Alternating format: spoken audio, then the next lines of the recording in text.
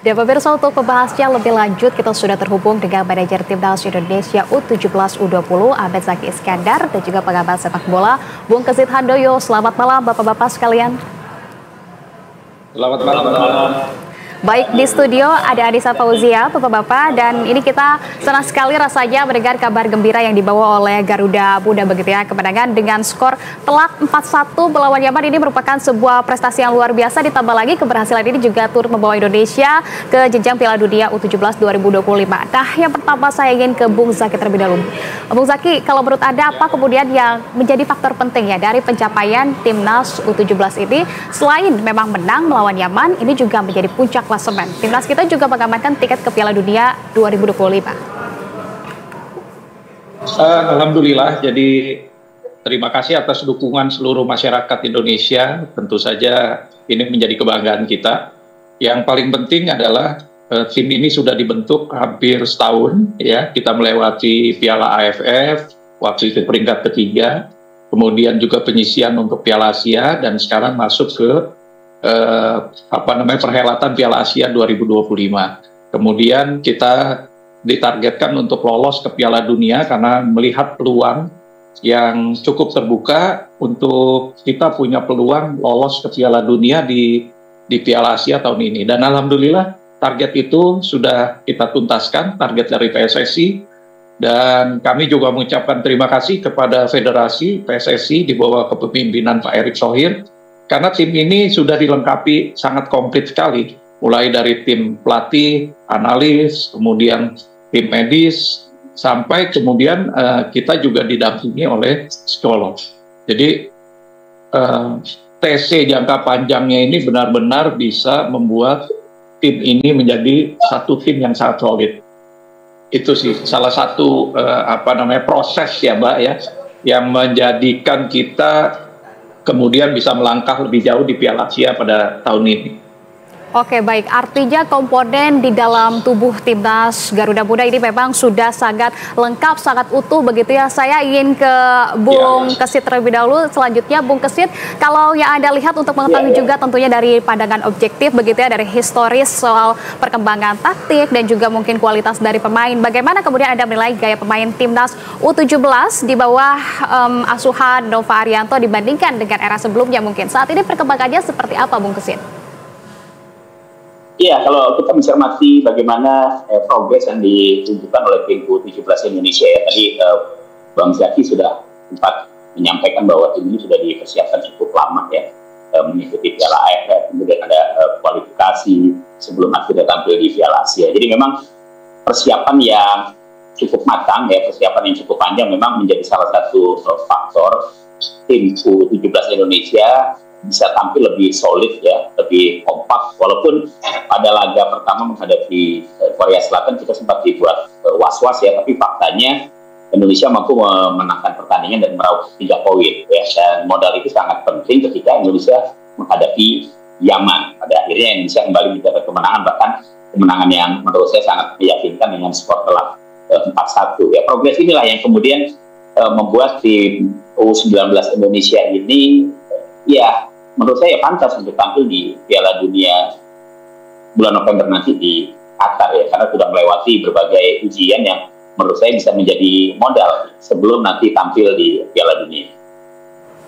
Oke, baik. Nah, kalau kita melihat juga selain daripada itu, ini juga kan ada faktor yang menjadikan kemudian dari Timnas Garuda Muda U17 kemudian lolos, selain dari peran-peran PSSI juga kemudian ini proses pembentukannya. Mungkin saya akan ke Bung Zaki. Bung Zaki, dari proses pembentukannya seperti apa untuk mengetahui seberapa besar kemudian inklusivitas dari proses seleksi ini? Bagaimana proses dari pemilihan pemainnya? Apakah ada scouting juga, mencari, kemudian mengamati dan juga menilai begitu ya, daerah-daerah yang tidak mungkin hanya akademi besar saja, yang kemudian ini proses pembentukan dari Timnas U17-nya seperti apa, Bung Zaki? Ini juga proses dari seleksi panjang ya, kemudian juga kan di setiap jeda federasi juga melakukan seleksi kembali, seleksi ulang agar melihat potensi-potensi yang ada. Jadi hampir di setiap provinsi kita juga mengumpulkan data-data para pemain, kemudian yang kita pantau sampai hari ini pun masih kita pantau, karena nanti untuk persiapan di Piala Dunia juga tentunya kita harus ada tambah dari kekurangan-kekurangan yang ada nih. Maka dari itu proses seleksi itu masih tetap berjalan dan kita akan terus melihat perkembangan calon dari aset-aset pemain lain yang ada di Indonesia. Ini memang tantangannya adalah bagaimana kompetisi di usia muda ini bisa secara reguler berjalan dan bergulir di daerah-daerah maupun di tingkat provinsi, apalagi sekarang kita sudah ada EPA juga dari klub-klub, agar banyak potensi-potensi yang bisa kemudian kita pantau kembali gitu. Jadi ini proses panjang dari hasil seleksi yang ada. Kalau kita lihat memang dari setahun yang lalu, mungkin dari Piala AFF, kerangka timnya memang sudah terbentuk, ya. Dan ini kerangka tim ini yang kemudian sampai hari ini berjalan dengan baik. Tapi kalau kita lihat perkembangannya, banyak sekali sebenarnya yang juga ada beberapa yang keluar masuk, kemudian ada wajah-wajah baru. Nah ini merupakan sebetulnya perkembangan yang cukup baik juga dari proses seleksi kita. Hanya ke depan, memang federasi ini sedang memperbaiki dan mempersiapkan, juga menyempurnakan proses liga-liga untuk kelompok umur nanti. Ini yang paling penting sebetulnya kalau kita mau lihat. Jadi hasil dari U17 ini kan kita akan persiapkan lagi mereka menjadi calon aset-aset pemain tim nasional kita di U20 nantinya. Seperti Evandra kan kemarin sempat kita bawa juga di U20 ketika penyisian Piala Asia. Begitu juga dengan beberapa pemain yang lain, walaupun akhirnya hanya Evandra yang dibawa ke U20. Dan terbukti polesan di U20 membuat Evandra menjadi pengambil penalti yang lumayan dingin lah pada dua pertandingan kemarin. Ini proses panjang yang sudah dilalui oleh tim dari kelompok umur. Begitu juga yang di U20, Mbak, sebetulnya hampir sama semua. Kita masih terus melakukan seleksi dan penyaringan bibit-bibit lain untuk kita persiapkan menjadi aset-aset di timnas kelompok umur. Oke, scouting skill dan juga seleksi begitu ini terus dilakukan. Dan saya ingin ke Bung Kesit, kalau Bung Kesit melihatnya seperti apa? Sebelum nanti kita juga akan membahas hal-hal yang akan difokuskan begitu ya untuk menghadapi dua pertandingan internasional selanjutnya. Tapi kalau menurut Anda, apakah klub Liga 1 seperti yang tadi disampaikan oleh Bung Zaki begitu ini sudah cukup memberikan ruang bagi pemain muda untuk berkembang setelah dari timnas usia muda begitu ya? Kan ini juga diperuntukkan untuk pembinaan juga. Ini secara pembinaan usia muda di Indonesia sudah mendukung belum lahirnya talenta-talenta seperti sekarang ini menurut pandangan Anda, Bung Kesit? Iya, kalau bicara soal talenta muda sebenarnya banyak seperti yang saya. Cuma wadahnya memang yang belum tersedia dengan baik. Jadi kalau misalnya sekarang klub-klub Liga 1 diwajibkan menggunakan pemain-pemain muda, itu saya setuju ya. Cuma kan kalau kemudian pemain-pemain muda, talenta muda yang begitu banyak di Indonesia ini tidak semuanya bisa merasakan atmosfer kompetisi, ini kan sangat disayangkan gitu ya. Makanya kenapa kemudian kompetisi liga di kelompok umur ya dengan lapisan usia dari mulai U17, kemudian nanti ada U19, U20, U21, U23 itu harus berjenjang, harus reguler dilaksanakan supaya talenta-talenta ini tidak berhenti begitu ya dalam mengikuti kompetisi, karena dengan kompetisi mereka bisa terasa. Dengan kompetisi mereka lebih siap mental, dengan kompetisi mereka lebih banyak memiliki pengalaman bagaimana keluar dari tekanan, bagaimana kemudian menghadapi lawan-lawan dengan variasi-variasi strategi yang dihadapi. Ya. Jadi saya pikir wadahnya ini yang harus segera disiapkan gitu. Jujur saya saat ini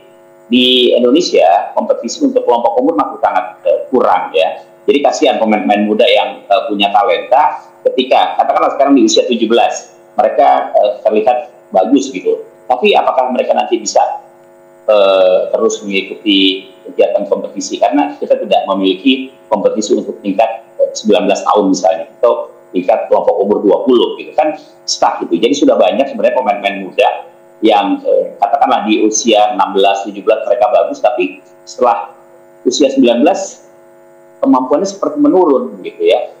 Kenapa ya? Karena mereka tidak berlanjut pada kompetisi. Jadi ini PR yang menurut saya harus segera diselesaikan oleh federasi. Dalam hal ini PSSI untuk segera menyiapkan wadah ya berupa liga untuk kelompok umur.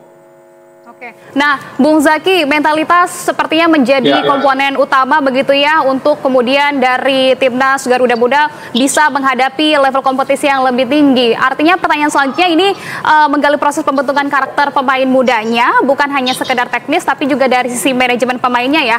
Apa kemudian tantangan terbesar yang memang dihadapi untuk membentuk tim di usia muda agar kemudian memiliki mental juara dan mentalitas yang kuat seperti yang tadi disampaikan juga oleh Bung Kesit, agar konsisten di level internasional. Ya.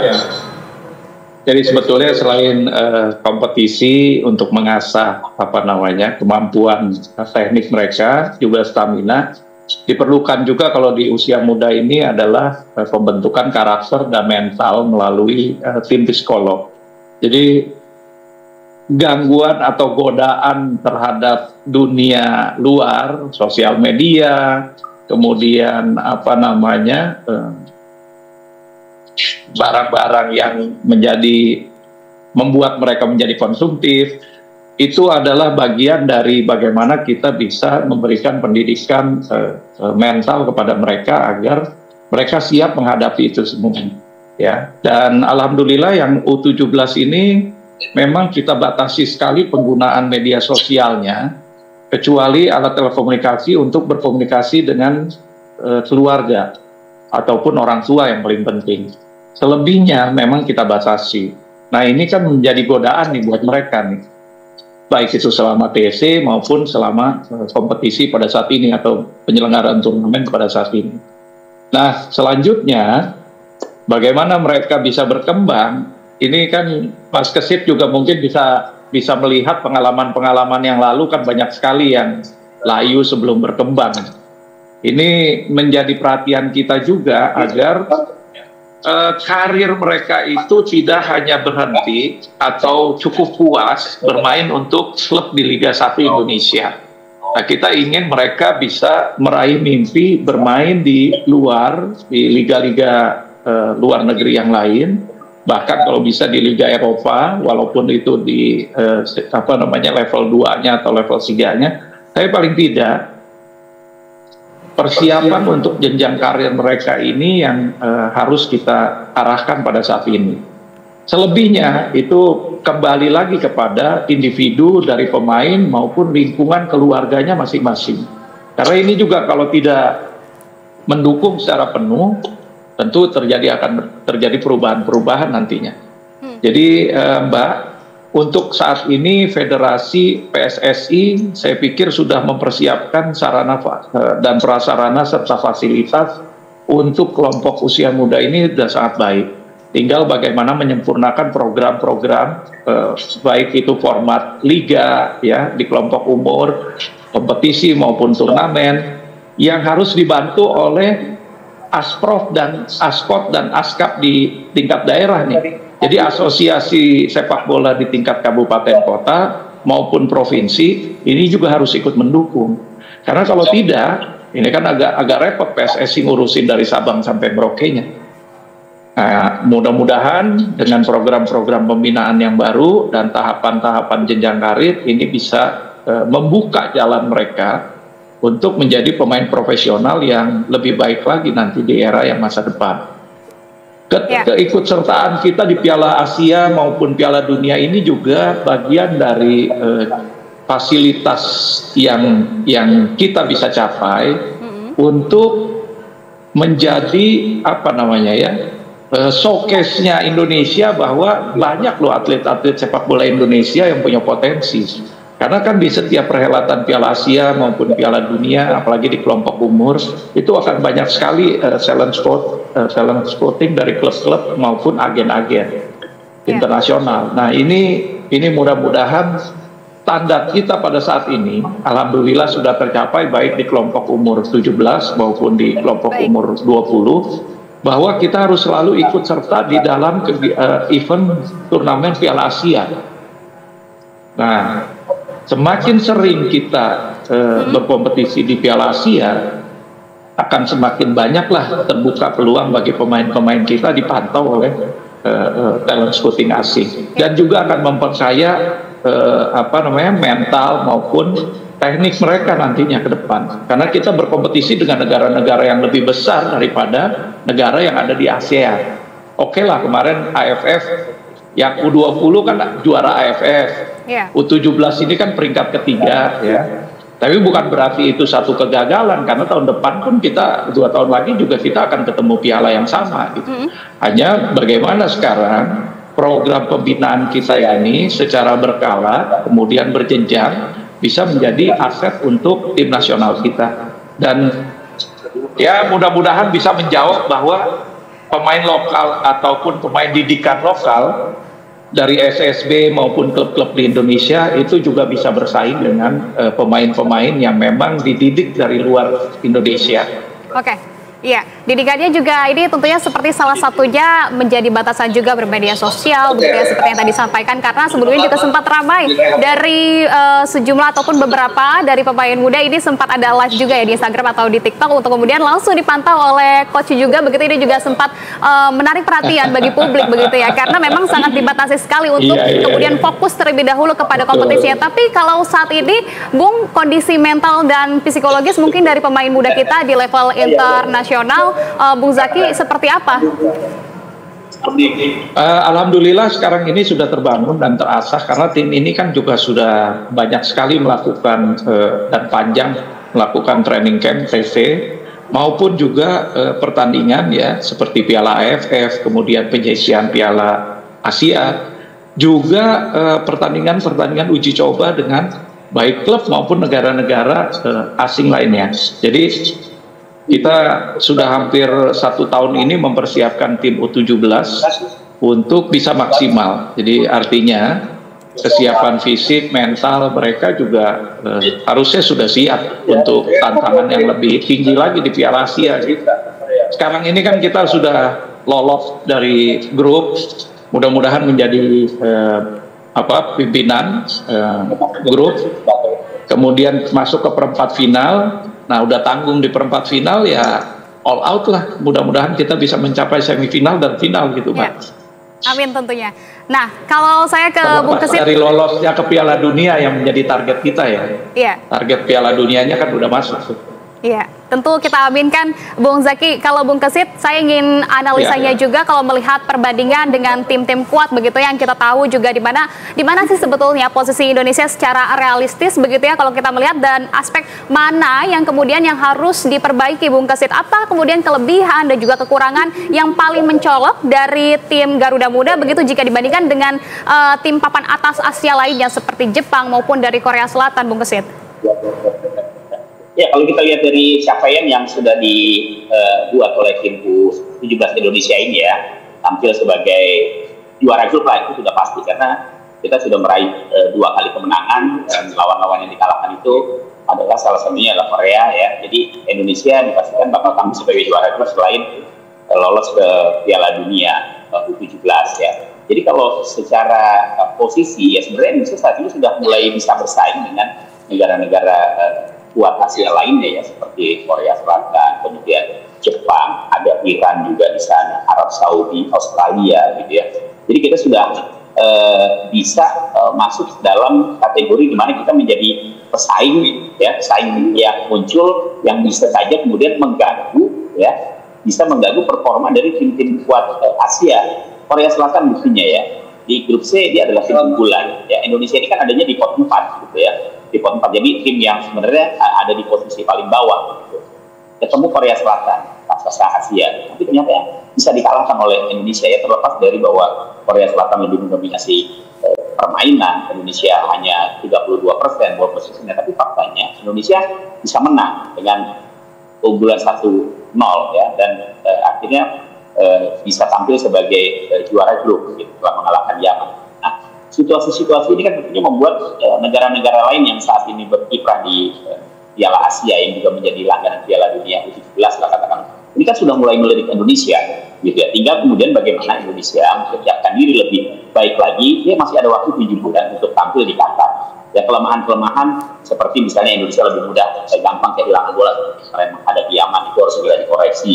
Kemudian bagaimana menjaga kedalaman di area pertahanan juga harus lebih ditingkatkan, fokus dan konsentrasi, termasuk juga bagaimana kemudian menjalin kerjasama dengan tidak terburu-buru misalnya dalam menghadapi tim yang punya determinasi tinggi. Jadi saya pikir PR-PR ini masih ada waktu untuk bisa diperbaiki ya. 7 bulan menuju November ada kesempatan bagi Indonesia untuk melakukan evaluasi sehingga tim ini nanti pada saat tampil di Qatar itu betul-betul kekuatannya berbeda dengan yang sekarang di Piala Asia. Ada progres yang harus diperlihatkan oleh tim U17 ini. Begitu, Mbak.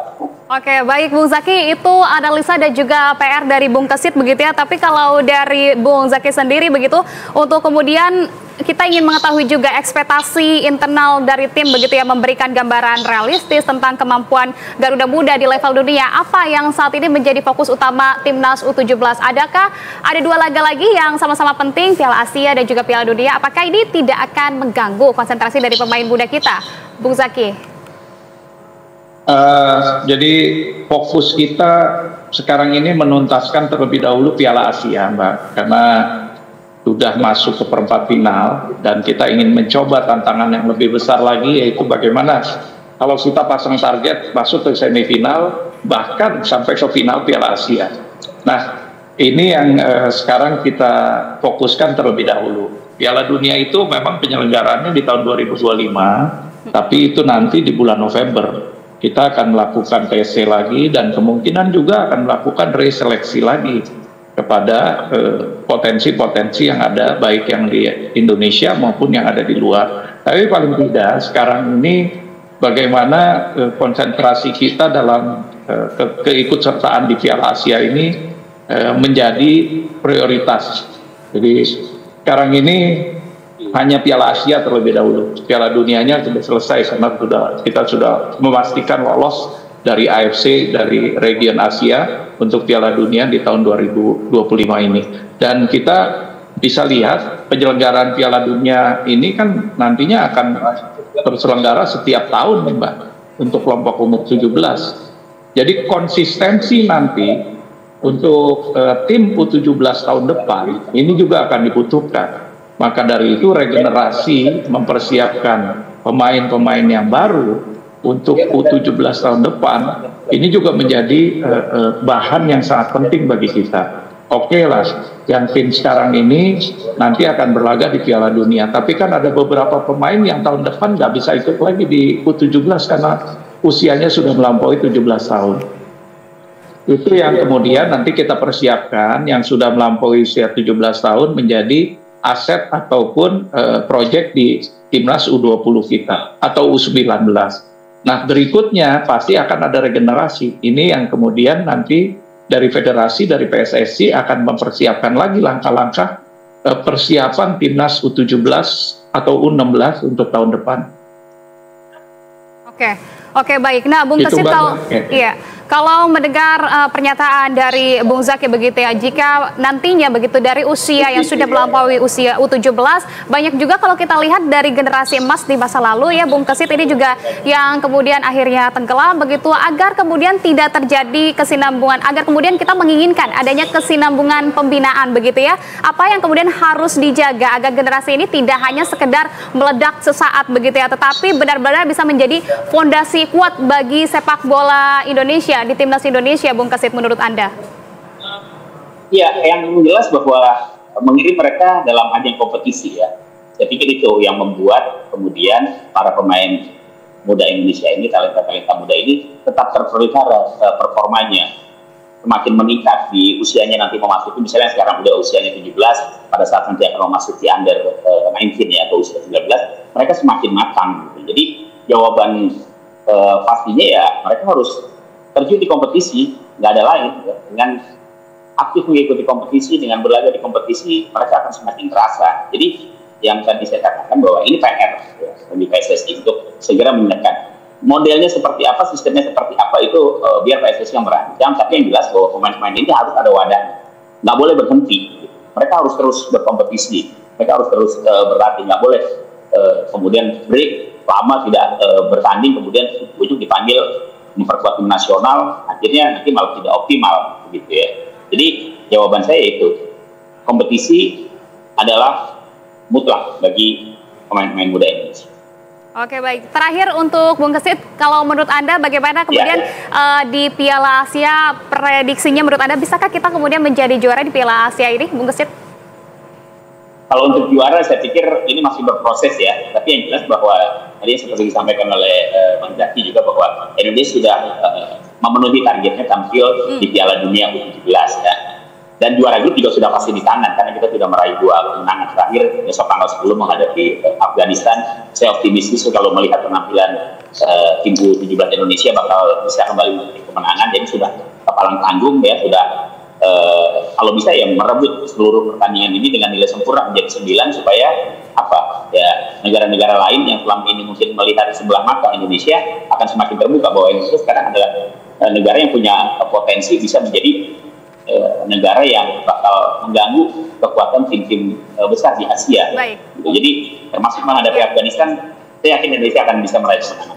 Oke, kita yakini bersama. Kalau dari Bung Zaki bagaimana nanti target realistis untuk Piala Dunia? Begitu meskipun ini akan fokus pada Piala Asia terlebih dahulu, ada juga riuh respon dari publik begitu di media sosial menyambut kemenangan dari Garuda Muda. Membanggakan sekali karena koneksi emosional dari supporter sepak bola ini sangat penting tentunya, dan pesan untuk para supporter agar kemudian yang berantusias ini menaruh ekspektasi tinggi, bolehkah atau seperti apa menurut Anda? Alhamdulillah, jadi mari kita fokus terlebih dahulu menuntaskan Piala Asia ya, sekarang ini. Jadi sudah tanggung masuk perempat final. Kita punya 2 game lagi, satu melawan Afghanistan, kemudian satu pertandingan perempat final. Nah, 2 game ini yang kita akan fokuskan untuk bagaimana melihat peluang-peluang kita nanti di semifinal. Kemudian ya mudah-mudahan kita bisa masuk final, Mas Kesit. Kalaupun banyak yang meragukan, tapi paling tidak sekarang timnas Indonesia ini menjadi perbincangan terus di dunia ya. Setelah timnas senior, sekarang ada U17-nya. Mudah-mudahan nanti tahun depan juga U20 bisa berkiprah lebih tinggi lagi. Tapi paling tidak sekarang capaian dari target PSSI bahwa kita harus menjadi negara sepak bola besar di Asia ini sudah dalam track yang baik. Jadi sekali lagi di bawah kepemimpinan Pak Erick Thohir, PSSI sudah memiliki program yang walaupun belum sempurna, tapi sudah mengarah ke arah yang lebih baik lagi. Buat supporter dan juga warga negara Republik Indonesia yang kami cintai, ayo dukung terus timnas U17, timnas senior kita yang sedang berjuang untuk menuju Piala Dunia, dan juga yang timnas U17 untuk berjuang di Piala Asia. Semoga kami bisa berbuat dan membanggakan Republik Indonesia yang kita cintai. Baik, juga doa dari para warga, dari masyarakat Indonesia, baik yang ada di Saudi, yang di Jakarta, ini menjadi motivasi yang sangat penting sekali. Mudah-mudahan doa kita semua diijabah oleh Tuhan Yang Maha Kuasa. Indonesia bisa berjaya di Piala Asia. Baik, tentu ya, tentu timnas kita menjadi sorotan, sempat menjadi sorotan juga bahkan di berbagai media dari Malaysia ini, Bung Zaki. Tapi tentunya timnas Indonesia semakin menunjukkan kualitas dan juga potensi besar begitu ya untuk masa depan. Kita harapkan nanti ada permainan terbaik yang diberikan oleh Garuda Muda. Kita harapkan yang terbaik juga. Terima kasih atas waktunya Bung Zaki dan juga Bung Kesit. Selamat malam, salam sehat selalu.